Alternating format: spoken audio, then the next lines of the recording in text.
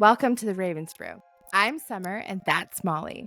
One Halloween night, a knock at the door shattered the peace of a quiet Los Angeles home. What seemed like a typical evening of trick-or-treaters ended in a chilling crime. As we unravel this tangled web of relationships, jealousy, and betrayal, one question remains. How did things escalate to murder? Peter Fabiano's fate is at the heart of this deadly deception.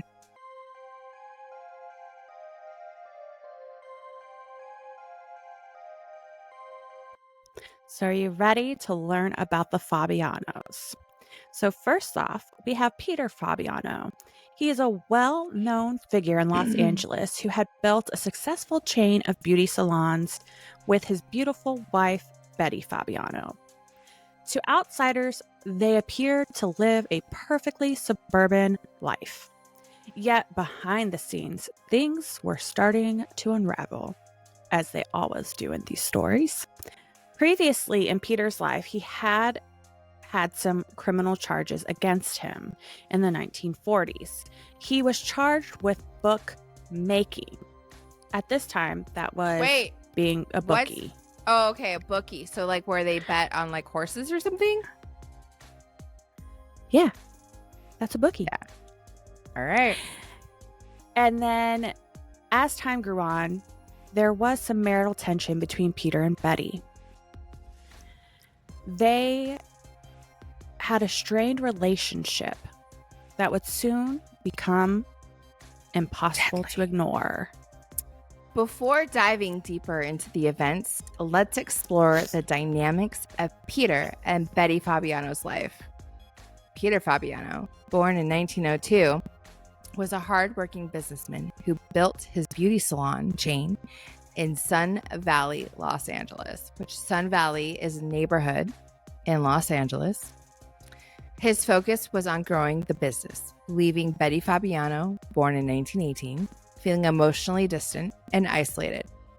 By the mid-1950s, their marriage, though still intact, was faltering under the weight of Peter's work and Betty's loneliness. Sis needed a vibrator. Betty, feeling disconnected, sought solace in friendships, which would soon become more than she bargained for. Did they even have those back in those days? That's like a good in question. 1950s? I really don't know. I have no idea. They were probably like plugged into the wall, like with those old things, and they would like shock women randomly. They probably didn't have that sort of thing in the 50s, actually, is what I'm thinking, because like that would definitely hurt a man's ego. Yeah, and it was all about the men back then. Yeah. Now we welcome in another player to this tangled web we weave, Joan Rebel. She was born in 1917. She meets Betty while seeking employment at Peter's salon. She was the front desk girl, because that's all women could be at those times. Joan was an aspiring writer and photographer. She formed a close relationship with Betty. However, their connection deepened into something much more, if you know what I'm saying. Something that eventually disrupted the already fragile Fabiano marriage. Joan became an increasingly prominent figure in Betty's life, while Peter, unaware at first, continued focusing on his work. The tension between Betty and Peter grew, with Joan in the middle of it all. Betty finally had enough with her husband and left her marital home and moved in with Joan. Girl, you asking for it. Yeah, this is insane. The two became even closer, and eventually it became a full-fledged affair. They were doing some naughty stuff without some naughty stuff, if you know what I mean. Yeah, if you know, you know. Now that we understand the players, we explore how Joan Rebel's influence on Betty Fabiano escalated. When Peter discovered the affair between Betty and Joan, he was pissed, and he issued an ultimatum. He said, Betty, no more. No more of Joan. You better Me choose. or her. Me or her. He forbade Betty from even mentioning Joan's name. Like, if you come home, ain't no more. You coming home. And your side hoe, she kicked. Betty was torn between her feelings, but she did ultimately choose Peter, and she severed ties with Joan in mid-1957. So now we arrive, 1957, Halloween night, October 31st. Imagine it. Halloween night, 11 p.m., all the little kitties gone to bed. No one's out making noise, but Peter Fabiano and his wife Betty heard a knock at the door. Outside the door stood a masked figure, the costume concealing the true identity of the person behind the mask. And so when Peter opened the door, without warning, this visitor, who was not welcomed, raised a revolver and shot Peter in the chest. The gunshot echoed in a quiet Los Angeles night, leaving Peter Fabiano fatally wounded. As his wife rushed downstairs in horror, the mass shooter disappeared into the night, leaving behind no clues of their identity. Their daughter Judy ran to the neighbor's house for help. He was a police officer, by the way, so I mean, he knows how to take care of these things. So, you know. Right. The masked figure vanished into the shadows, leaving behind nothing but chaos and unanswered questions. As investigators arrived on the scene, there was no clear motive, no robbery, and no suspects. Only a man dead on his doorstep and a shattered family. But the truth was far from over. Beneath the surface, a sinister plan was waiting to be uncovered. Stay with us as we go further into the investigation and the mind-bending twist that followed. And while you're here, don't forget to like, comment, and subscribe for more chilling stories just like this one. So, Summer. What's up, dog? Could you imagine running down the stairs and finding your husband in just a pool of blood? No. What would you do? In 1957 or in 2024? I don't know. Give me both scenarios. In 1957, I would run to my rotary phone and I'd go, no. What? Or at that time, were they still calling the operator? Oh, Operator, really? I need help. Operator. Call the police. Right? You're probably right. I don't know. In 2024, yeah, just dial 911, you know. Just close the door and act like nothing happened. Oh my gosh, no, because like I'm probably on the life insurance and I don't want people thinking I did this. Did they have life insurance in 1957? Well, we're in 2024. Oh, okay. In this scenario. In 1957, we're just rotary phoning it 911. But in 1957, either way, he owned a successful business.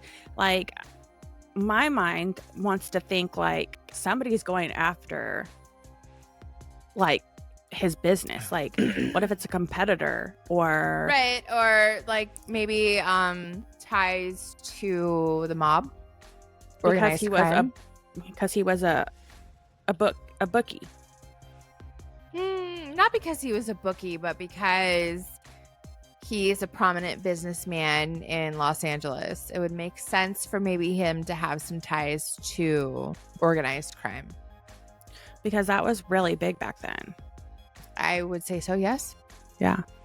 The aftermath of the murder threw the Fabiano family and their neighborhood into a whirlwind of confusion and grief. When Betty told the police her account of the Halloween night, she explained that she thought there were two people at the front door, not just one, and both were men, with one pretending to be a woman. When asked if Peter had any enemies, she gave just one name: Joan Rebel.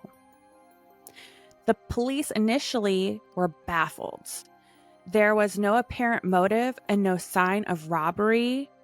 Investigators briefly considered Peter's 1940s bookmaking charge as a lead, but it soon proved to be irrelevant. An anonymous tip did come in, and this is what cracked the case. This call led to the murder weapon, and the murder weapon was found in a storage locker in a Los Angeles branch of Bullock department stores. We don't have those no more. Right. Never yeah, heard of them. Bullock department stores, I think they all closed, and a lot of Macy's department stores actually bought the old Bullock department stores. That would make sense. Leading the police to a suspect. The suspects eventually confessed, and their confession was chilling. They had no personal motive, acting solely under manipulation. The suspect, Goldine Pizer. She was arrested in her Hollywood home, where she told the police, get this, she said this, "It is a relief to get it off my mind." I mean, then I bet why didn't you turn yourself in? It wasn't. If I'm putting her in my shoe, if I'm like putting myself into her shoes and I killed someone, it probably is weighing heavily on my mind, and I'm probably thinking every knock on my door is the police. So, but I don't know. I just can't imagine myself driving myself to the police station to confess this. Like, your life is over. I just don't understand, and this is why I'm never going to be a murderer, how you can have such a guilty conscience after, but not before? Not before. Right. Yeah, that's weird. Like, I don't understand. So, Goldine finally said that she was put up to this by Joan. And Joan was eventually arrested. Goldine told the entire chilling story of how she was trying to save her friend from her evil boss, Peter Fabiano. Crybaby. For real. Joan's resentment towards Peter only intensified after Betty chose to stay with her husband. I mean, it makes sense, like, that Betty would choose to stay with her husband. I don't even know why she chose to go with it. Yeah, I don't even know why she chose to go off with Joan anyway. But being lonely. I mean, I guess. But anyway, she was curious. Bi-curious? Very bi-curious. What's under them pants? Joan began to paint Peter Fabiano as the villain, someone evil and controlling. In her mind, eliminating Peter would free Betty from his grasp and bring them closer again. But Joan wasn't planning on doing it alone. She began manipulating a third party, Goldine, a lonely, impressionable woman who became a pawn in Joan's plan. Do you really think that, like, because they were having coffee together and they were getting close again and things, that someone can be so manipulated that they pull this off? Well, it's hard for me to it's really hard for me to understand Goldine's thought process, because if she's in love with Joan, which I don't think we've really covered in our story, but I think she was in love with Joan, why would she kill Joan's other love interest's husband? How does that benefit Goldine? Out of all the stories and things that I read, it doesn't really say that Goldine knew about Betty or not, I don't think. Okay. So she's just painting Joan to be like, her boss is just harassing her boss, me. Peter. Yeah, like, because I'm sure Peter, after he found out about the affair, fired her. Right? He did. Yeah. So she's like, my boss is controlling. He's manipulative. I don't have a job anymore. I don't know how I'm going to, protect, pay for my things. And we got to take care of this guy before he hurts any other woman. And Goldine was just like, yeah. Anything for you. Probably. At this point, the tension is reaching its peak, and Joan's plot is in full motion. Joan convincing her accomplice, Goldine, that Peter was a dangerous man, persuaded her to purchase a .38 caliber revolver under the pretense of being self-defense in October of 1957. The pair began to scout the Fabiano's home, lurking in the shadows as they meticulously planned. They're being weird. I just imagine Kim Kardashian. Like coming out of the bushes? Yeah. Yeah. They meticulously planned what would be the shocking culmination of this deadly deception. And on that deadly Halloween night, Joan would borrow a neighbor's car and then have Goldine take her revolver, and the pair left to go take care of Peter. And Peter was taken care of, and not in a good way. They, have all these things that they're putting into motion. And the whole time, Goldine is not thinking like, this is getting out of hand. She's for real. Like, Summer, I might be like, oh yeah, I'll go kill someone with you. And then you'll start scouting out the home, and I'll be like, what are you doing, psycho? You crazy. Right, exactly. We always joke like, oh, we'll help you bury the body. But like, yeah, it ain't happening. I'm talking you out of it. It's not happening for real. Like, I can't even imagine and put myself in Goldine's frame of mind to help Joan with this. Like, I don't understand what she's thinking. She had to have some kind of mental illness, I'm thinking, that she could be that manipulated. Because I don't even know what a normal person is anymore, but normally a person has like a frame of mind that can't be persuaded to do something this terrible with all of this leading up. Like, you go buy a gun saying it's for, self-defense. You lurk in the shadows, plan to borrow your neighbor's car, and that way your car is in the driveway, so it looks like you're home. And so you get out of the car. I can imagine though, like I can imagine purchasing the revolver, right? Mm-hmm. But then you have time to sit there and think. And they pulled up to Peter's house at 9 p.m. and sat there for 2 hours. 2 hours before they went up at 11 p.m. and rang that doorbell. Well, they had to wait until like all everyone of the trick-or-treaters were done. Like, well, that's true, I'm assuming... but I imagine that like trick-or-treaters in 2024 and trick-or-treating around 8:30.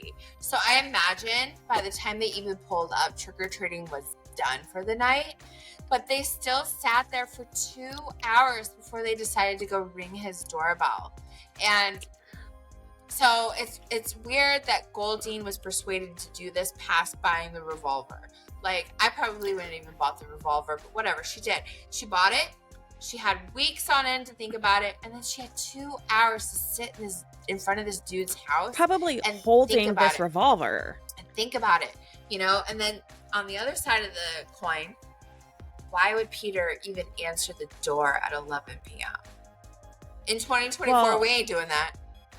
I mean, well, now we have you couldn't get away with this in 2024, so. Well, that's true, but I wouldn't answer the door at 11 p.m. if especially But in the 1950s, life was completely different. He thought it was just a late trick-or-treater, and he was gonna, wring their neck a little bit and give them some freaking candy and call it a day. Right. I'm sure when he answered the door, he had the candy bucket in him. And then he gets shot, and the candy just goes flying. And, Well, I read reports that, Goldine had the revolver hidden in a paper bag to conceal the weapon, to make it look like she was trick-or-treating. What I also don't really understand is how the wife heard two voices one disguising themselves as a male. That's kind of weird. No, you have it backwards. There was two voices, and she thought they were both men. And one sounded like it was trying to be a female. Right, so I wonder, it's never been told because, Joan, didn't come out and say in her confession that what she did, only Goldine did. And I wonder if both of them were standing there and Joan was coaxing her to just pull the trigger. Just do it. That's a good point. Yeah. I mean, maybe, but I think by the time Peter answered the door, would she still be coaxing Goldine? I'm sure she was very nervous and very scared to do this. If she's telling the truth that she was manipulated into doing this, I would be scared. But by the time Peter actually answered the door, I'm sure Joan was not even speaking anymore. How can you still be convincing your partner in crime to be doing this as the victim answers the door? also, when things like these happen, it's so quick that you really don't remember. Like, you're in shock and your brain shock. doesn't fully remember like what goes on. So she could have just been thinking that she heard somebody, and it could have been Peter's voice saying like, what do you want? And Goldine may have not even said anything. And she had like a mask across her eyes. Like, one said a masquerade mask and one said a like a superhero mask. And she had gloves on, and she had the gun in a paper bag. So that's why there was no evidence, because she didn't, and they didn't have like fingerprinting back in that day, like off the bullet, like, if. Right. No, but they did still have ballistics. And that is one of the reasons how they tied this gun to the crime, because an anonymous tipper, called in that they found a gun at Bullock's. Right. Mm-hmm. And they were able to trace the serial number back to Goldine. And that is how this whole thing started. Like, if no one had found that gun at Bullock's and called in, like, this would have probably been a cold case, but they found that gun on an anonymous tip, traced it back to Goldine, and they did ballistics on that weapon, and it tied it to, because it was Peter. The same, like, the bullet, like the barrel of the gun has, like, markings that mm-hmm. I'm sounding distinct ignorant right markings. now. Yeah. Distinct markings that when the bullet shoots out, it leaves those markings. Right. So they do, it's like a fingerprint. Ballistics. They do ballistics on the weapon and the bullets and all that stuff. And they tied that weapon to Peter Fabiano. And the serial number registered on that weapon was to Goldine. And that is how they initially found out that Goldine was involved, and how they got to her house is through that anonymous tip that the weapon was left in Bullock's. So another thing that we didn't mention was that Goldine worked at Bullock's. So she had, yes. So she brought this gun. That's why it was in a locker. Oh my God, it was her work locker. Do you think she's the one that called it in? I thought that, but I also thought, well, maybe somebody saw her put it in her locker, like another coworker, and they called because they had heard about this, and were just like, well, this is weird. Also, why would you put it at your work locker? Like, throw it in a freaking river. You live in LA. Like, she's throw it. She's obviously a noob, Molly. Like, please. I mean, I guess they didn't watch Murder as much as we do now. I would have been freaking scared out of my mind if I was Goldine and you were Joan and you convinced me to do this with you. I would have been freaking scared. I can't wrap my head around the ability to be manipulated like that. Like, and I say that, and I've been manipulated in a relationship. Don't get me wrong, but not to the point I could kill someone. For real. Like, I don't understand it. I don't understand. I think you're right on the money with saying that Goldine probably had to have had some mental issues of her own in order to go with what Joan said. Like, because there's just no way you just, you want to kill a normal Peter person. Fabiano? Like, yeah, let's do that. He was mean to you. Oh yeah, let's totally whack it. Yeah, it just doesn't make sense. It does not make any sense. But anyway, the ensuing trial in 1958 shocked the city of Los Angeles as the details of Joan's manipulation came to light.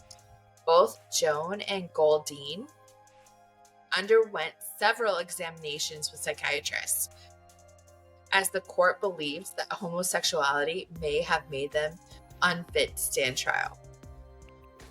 That's crazy. Can you imagine in 1957, like, homosexuality makes you, like, unfit to stand trial because you're attracted to women? They're literally saying that because you like the same sex person, you're crazy. You're crazy. You might not be fit criminally to stand trial. insane. You're criminally insane. Goldine was described as putty in Joan's hands. Like, she basically had a massive hard-on for Joan and would do anything Joan wanted. Joan refused to comment throughout the hearing and was reported to be stone-faced. and wore a constant, strange smile during the trial. I don't know how you maintain a stone face and a smile at the same time. But I think she went back and forth. Like, she was crazy. She thought she was going to get away with this. Her hands were, in her mind, clean. Right. Yeah, because she had Goldine do her dirty work. Makes sense. Yeah. Mm-hmm. The court sentenced both women to 5 years to life for second-degree murder, a punishment that seemed lenient for such a heinous act. And I completely agree with that. Like, I don't know exactly what the laws were or the punishments were in 1957, but in 2024, this would definitely be a first-degree murder charge. Because it was definitely premeditated. It was premeditated. It was planned. They bought the weapon weeks in advance. They sat there for 2 hours before they actually went up and rang the doorbell. This was premeditated. This was first degree. 100%. It definitely was. And just to end this as well, Goldine did get out. Goldine did get out of prison in 1998, I believe. Oh, wow. So she served like 40 years? Yeah. Mm-hmm. She got out in 1998, and they aren't really sure when Joan was released, but they're assuming it's around the same time. But there are so many factors that go into that, like whether you had, a good prison stay, like you weren't in fights and you were just doing what you're supposed to do, and 40 years. I think that's a little bit more fair than just saying 5 years to life. It's not ideal, but she was like, so they did not just do the bare minimum. They didn't do 5 years. They did like 40. Yeah. Yeah. So that's something. Do you think that's fair? Not. Well, I believe an eye for an eye. An eye for an eye, man, will leave the world blind. Well, then you shouldn't take somebody's eye if you don't want your eye taken. A hand for a hand. Like, So, okay. All right. I have no sympathy for killers. Especially a premeditated killer. You don't have any sympathy for Goldine? Not really. She knew what she was doing. There was so many times where she could have stopped and said, this is not okay. This is not right. Why am I doing this? Why does this make me feel anxious? Like, come on. How much leniency can we give her? I think she was just madly in love with Joan for some reason. Like, I don't really understand that dynamic, like, of how you could be so in love with someone that you would actually murder another human being. But Goldine was. I understand, like, accidents. Like, things happen. This was no accident. But this was no accident. This was on purpose. And my other thought that I have been wondering since I started this, like, research with this case is, it doesn't really say much about Betty after this. It just talks about Joan. True. Like, was Betty in on it? And Betty got away because she thought, oh, well, Betty and Joan's hands will be clean. She'll get rid of her other love interest, Goldine, and she'll have Joan to herself, and Peter will be gone, and I'll have all his money. You think? No. Really? I was kind of thinking be. that this was Joan gone rogue, and she completely just... You think there's no way that Betty could have been involved? I mean, I wouldn't say there's no way, but I didn't think that she was involved when hearing this story. I thought Joan... I definitely thought, like, before I knew the ending, that Betty was in on it. Really? Yeah. Interesting. Well, all right. What would you have done if you were in Betty's shoes, torn between two relationships? Do you think Joan's accomplice was fully responsible for their actions, or were they truly manipulated? If Peter Fabiano hadn't answered the door that night, do you think the plot against him would have unfolded differently? How do you think societal attitudes towards homosexuality in the 1950s influenced the actions and motivations of the key players in this story? What's your theory on Betty's silence after the murder? Do you think she suspected what Joan was planning? And as always, stay curious and be mysterious. Bye, y'all. Bye.